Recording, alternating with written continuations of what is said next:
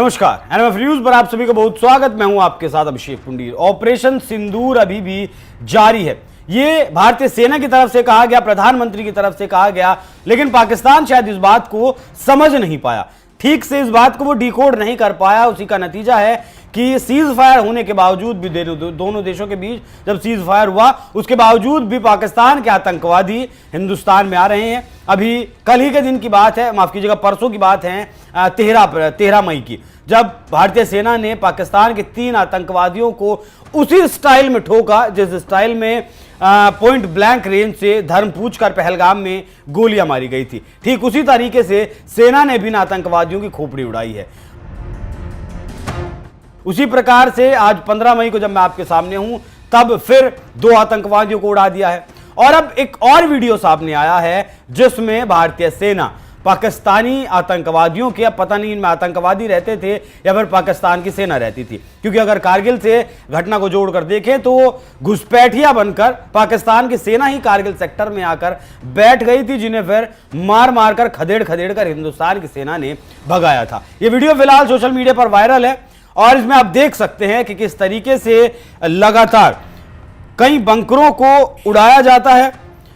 हवा में उड़ते हुए बंकर आपको दिख रहे होंगे, एक नहीं बल्कि कई बंकरों को उड़ाया जाता है।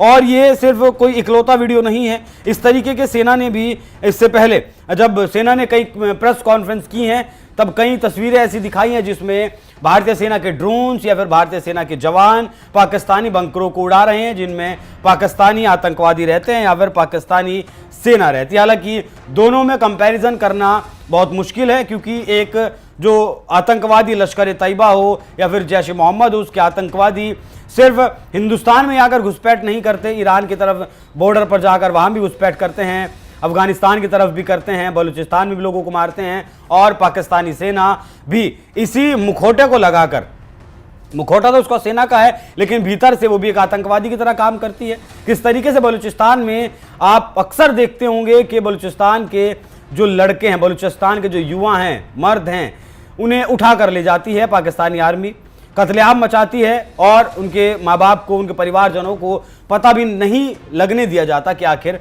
वो गए तो गए कहाँ, उनके साथ हुआ क्या। 1971 की अगर बात आपको याद दिलवाऊं तो पाकिस्तानी सेना ने लाखों बंगालियों को मारा था।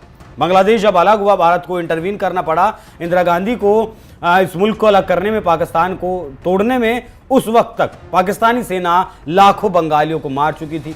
लाखों बंगाली महिलाओं के साथ वो मतलब रेप कर चुकी थी, उनका बलात्कार कर चुकी थी और उनके साथ मतलब हैवानियत की जितनी हदें हो सकती थी वो सारी पार कर चुकी थी। उस वक्त भी पाकिस्तानी सेना ने बच्चों तक को नहीं छोड़ा था। आज भी पाकिस्तानी वही काम करते हैं, पाकिस्तानी वही काम करते हैं, बल्कि इनके जो सेना प्रमुख हैं वो तो 2 नेशन थ्योरी जो जिन्ना ने दी थी, जिसके आधार पर भारत और पाकिस्तान का बंटवारा हुआ, उस थ्योरी पर काम करते हैं। लगातार एक सेना प्रमुख होने के बावजूद भी इस तरीके के भाषण देते हैं, क्योंकि मदरसे और कंटोनमेंट के अलावा वो कहीं गए नहीं है। शुरुआती पढ़ाई मदरसे में हुई, उसके बाद आर्मी स्कूल में आ गए, तो मुल्ला आसिम मुनीर वो बन गए हैं।